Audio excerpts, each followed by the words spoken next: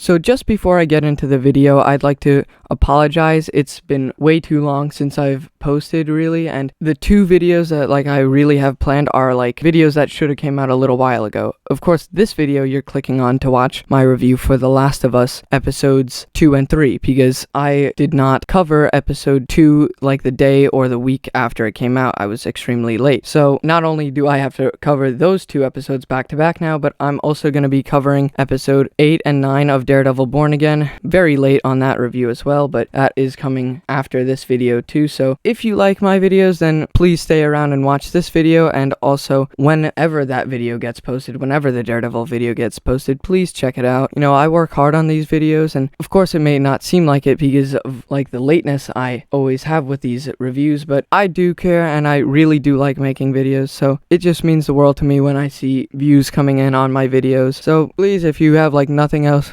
better to do, really just check out my channel. It's a fun channel, you'll have a lot of fun, I'm pretty sure. But yeah, that was way too long of an intro. Let's just get into my thoughts for episode 2 and 3 of The Last of Us Season 2. So with episode 2 of The Last of Us Season 2, honestly, way better episode than episode 1, and of course there's many reasons why. Things actually happen in this episode. But the inevitable happened, and they did kill off Joel in episode 2. Specifically at the very end when Abby, very reminiscent of the game, stabs Joel with a golf club. And honestly, his death was just so hard to watch and get through, because I've played The Last of Us games. I haven't really played The Last of Us Part 2, but I've seen tidbits of gameplay with it because, of course, I had to do some homework to know what The Last of Us is and to know what happens with these characters. So even from the beginning of Season 1, I always knew Joel was gonna kick the bucket. It's just, imagine if it happened in this episode or that episode, or if it happened in Season 2.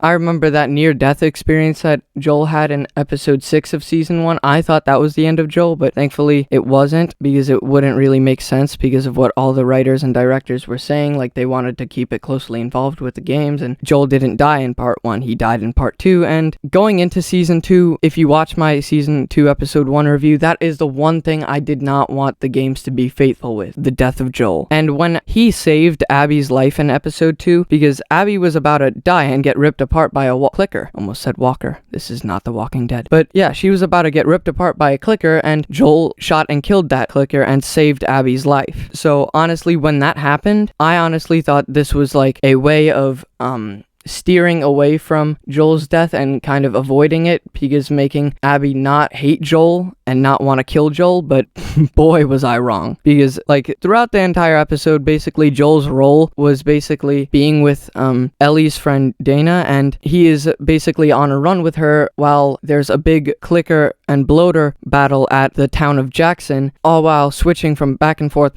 Joel and the war that is happening with Jackson. And the tension in this episode, the suspense was just so well done, and honestly, this is probably one of the best episodes of the show thus far, and of course, I haven't gotten to episode 2 yet, but come on, it wasn't even better than episode 1 of season 2. But I'll get to that in a minute, or in a few minutes, depending on how much I rant off about what I thought about Joel's death. But back to my current review for episode 2, yeah, the tension was really, really well done, and was the best thing about this episode, because it was just on the edge of your seat the entire time. I know I was, because I was is Abby gonna decide to spare Joel, or is she gonna actually kill him? And when they finally actually got away from the big blizzard storm going on and actually got to the little cabin that Abby had, the tension was the highest it's ever been, because Joel was in contact with the people who want to kill him, and of course Abby's people being actually just decent people, and I'm gonna elaborate more on why I think they were actually kind of decent people in a way in a little bit. But right now, yeah, so of course Dina being innocent and not having to do with anything with Joel and Abby's beef, she gets put under, basically. She gets taken out by a syringe with sleepy medication. Yeah, I don't know what was in the syringe, but it would knock her out basically for an hour until the job was done with Joel. So when that happened, I was okay, well, they're gonna do it now. And especially I thought that when Abby turned around and shot Joel in the leg with the shotgun. That was a brutal scene, and I remember being on my couch that night just screaming, no, because I did not want this to happen. But yeah, then I was they cannot be doing this. They cannot be doing this. And yeah, they did it. Ellie even came, and honestly, she got taken down within like 2 seconds, bro. Because like at the beginning of episode 1, literally probably the first scene of season 2 was basically Ellie training on how to like defend herself and how to fight. And when it actually comes to it, she does nothing. She gets taken down immediately. She does like cut one of the members, but that's all she does, and then she gets like taken down. Of course, in the games, Tommy was actually there too, but like during this, Tommy's role was basically leading the battle in Jackson, aka Joel and Ellie's town, where they've been living for the past 5 years. Yeah, that entire like kind of subplot was really, really well done, and there was tension there too, because I remember in the trailer seeing Tommy go against a bloater. I thought that was gonna be the end of Tommy, because you know, like in season 1, like we saw a bloater, but the bloater never was killed, so we don't really know how to kill a bloater. And when it, like Tommy had the blowtorch and that ended up killing the bloater, I was really surprised but yet relieved, because that would just really suck if we got his death as well. But yeah, just like the tension, and especially when Joel was dying, like he kept looking back at like Jackson, because this cabin was near Jackson, like a few miles away, you know, so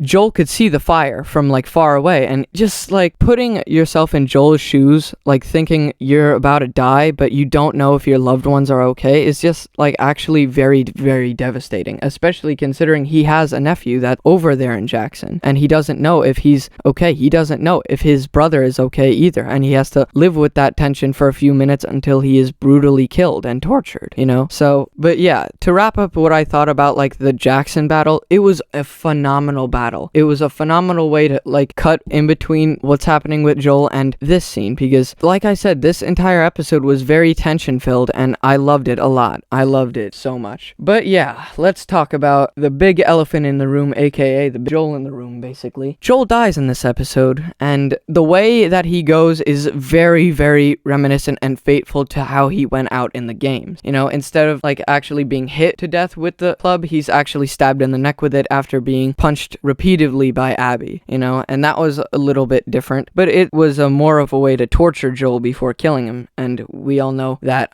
Abby wanted to do the utmost damage to Joel. But earlier in the video, I did say there was some like kind of humanity to Abby's group, and you could tell because like the obvious sign there was the fact that they put Dina under while Joel was dying, you know, while like even before Joel actually was injured, they put her under so that way she wouldn't have to fear anything. She wouldn't have to see Joel's death. And they did it in such a calm and collective way, not like holding her down and injecting her. No, they did it in a very calming way. And also you could just tell like each group member was very, very annoyed of what Abby was doing, because they were like, okay, let's kill Joel, you know, they agreed with her. Well, they didn't necessarily agree with her, but they just went along with it, you know. They were in it to specifically kill Joel. That's it. They weren't in it to see him like brutally get killed, like be tortured for like minutes and minutes and then eventually die, you know. Like they were constantly like, is this really necessary? Is this really necessary? Don't do this. Like that's unnecessary. And even like towards the end when Joel finally was killed, he was like, end it, you know. So clearly they didn't want to do that. They didn't want to torture Joel, and especially in front of Joel's loved one, who was Ellie. But yeah, honestly, it was very emotional, and I didn't cry because I really don't ever cry during movies or television shows, but it always kind of leaves me with an empty feeling, because now we have an entire full season ahead without Joel, and getting into my episode 3 review, it's not going to be a positive one. So overall, this was a really fantastic episode, really emotional episode. So without further ado, let's get into my thoughts on episode 3 now. So episode 3 literally picks up like probably about a month after the last episode. Well, at first we're kind of dealing with that aftermath, you know. Ellie for some reason is like in the hospital. Like, what happened to you? You like got kicked in the stomach and that's it. Like, why are you in the hospital? But she wakes up and she immediately is screaming and crying because she's reliving that moment where Joel died in her head. Like the exact moment Abby stabs Joel in the neck, she's reliving over and over in her head, and that is why she's waking up screaming, you know. And that was an emotional scene, definitely. But then like we see Tommy in like this room where all the dead bodies of like Jackson's bad battle, and also Joel's lifeless body as well. And he's just like, he's forced to clean his brother's body, and it's such an emotional scene, you could tell. And Gabriel Luna really does a perfect job as Tommy, and nobody else could really have done a better job in the role of Tommy. But yeah, he says in a very emotional line like, "Send my love to Sarah," which is obviously the deceased daughter of Joel,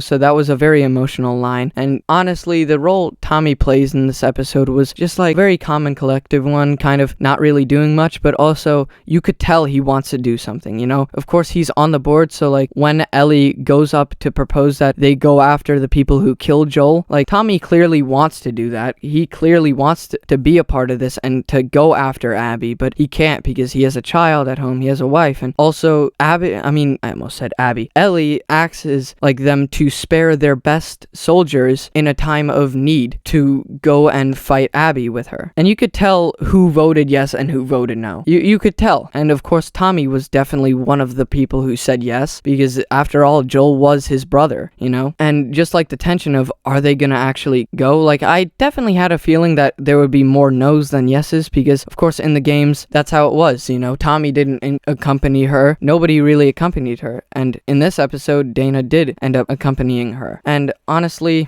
it's no Joel and Ellie relationship, because they were clearly trying to get that same bond that they had in season 1. It's not there. It's not there. I think Dana is an okay character. Honestly, of course they were serious in this episode, like these two characters, but honestly, I just don't like them as a duo. They're not a good duo. They're not really at all. There's really no fun chemistry between the two actresses, and it's just not fun, It's really not. It just feels like a missing piece of the puzzle. And of course, the missing piece is Joel. But yeah, episode 3 really just felt like a hollow shell, I really wanted Tommy to accompany Ellie and kind of like put that relationship that Ellie had with Joel in that first season with Tommy as like a kind of a substitution, but they didn't do that. And instead they're trying to do it with Dina, and I don't really like her character, so it's not gonna work. It's not. But also this episode, like, this is kind of where I'm getting into the negatives. This episode felt really like emotionally hollow, really, because I feel like the best way to handle a main character's death is to have like the characters be suffering all season long from his death, because we all know Joel is the main character of The Last of Us.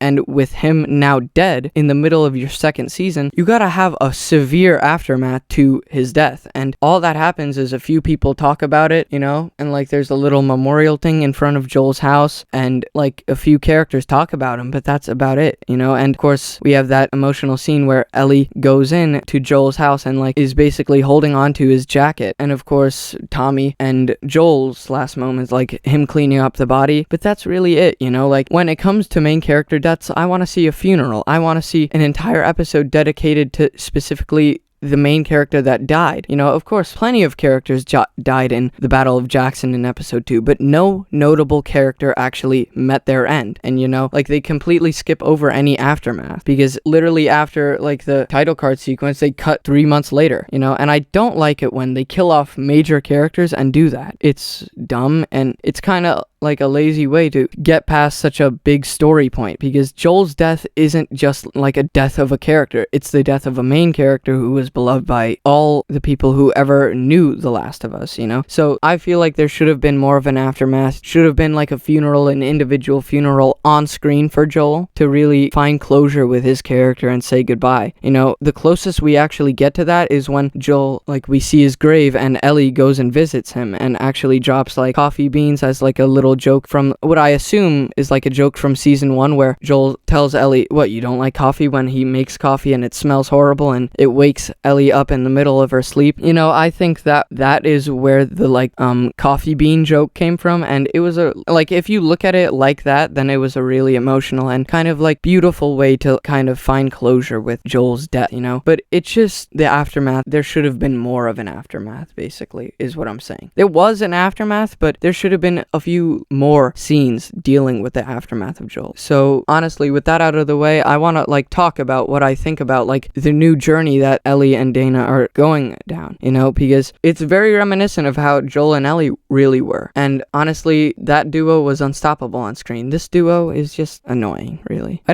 don't really like their characters at all, Ellie is, okay, she's a great character, but Dana, I don't really like her character all that much, and I wish I did, because we're gonna have to put up with this character for the rest of the season. But honestly, another kind of big problem that I'm facing right now is with Joel dying now, I kind of see, like, because they're not, like, going off the games at all, like, for major story beats, like, deaths of major characters. They're not going off beat with that. So now I know it's so predictable. Ellie is gonna find Abby and kill her. It's so predictable now. And the one thing you don't want in a show is predictability. But of course, this is a video game show, you know, we already know what happens. And of course, she's the villain. She has to die. She killed Joel. She has to die. So we all know she's gonna die. Even if you've never even heard of the Last of Us games and you're watching the show, even they probably know that Abby's gonna die. You know, it's no suspense there, but it's gonna be really how challenging it's gonna basically be about how challenging it is for those two characters to finally, like, get Abby and kill her. Because at the end of the episode, like, there's a huge army going through the town where Abby is living now after Joel's death. You know, there's like a huge army. So it's really unclear of how we're gonna, like, how these two characters are gonna topple an entire army by themselves, you know? But possibly what could happen is maybe Tommy comes around to that, and, like, this journey is probably gonna take them months within this season. So I assume, like, by the time they kind of get near where Abby is, like, the town will have fully recovered and is willing to now, like, go and fight. So what I assume is probably last minute Tommy and a bunch of,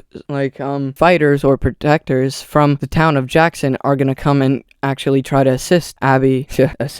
Imagine. No, they're gonna try to assist Ellie and Dina, and that's definitely gonna be interesting if it happens. But yeah, this episode just kind of felt empty and hollow, really, in the end, you know, and it is definitely the worst of the season so far, and the worst episode of the show so far as well. You know, I said that about episode 1, but at least we had, like, but episode 1 you kind of expect to be bad because it's kind of, or slow perhaps, because it's introducing, like, it's reintroducing you to this already established world, bringing you back into this world, bringing you back into these characters while introducing new ones, you know? So, like, at least episode 1 or the first episode of a brand new season has an excuse of why it is a weak episode. But, like, the third episode, there's no excuse really. So, honestly, I hope that maybe next episode we get a flashback, because this episode was just so boring without Joel, honestly. And just without Tommy either, because we don't get much of Tommy throughout this entire show. So, honestly, I hope that they find a way to keep Tommy involved, really. And that way we could see him every episode, because without him, it's just gonna be this duo on screen, and this duo is not at all intriguing. So the viewers are probably gonna get really bored. But yeah, that is just my episode reviews for episodes 2 and 3 of The Last of Us Season 2. This is where I'm gonna end the video now. Bye, guys.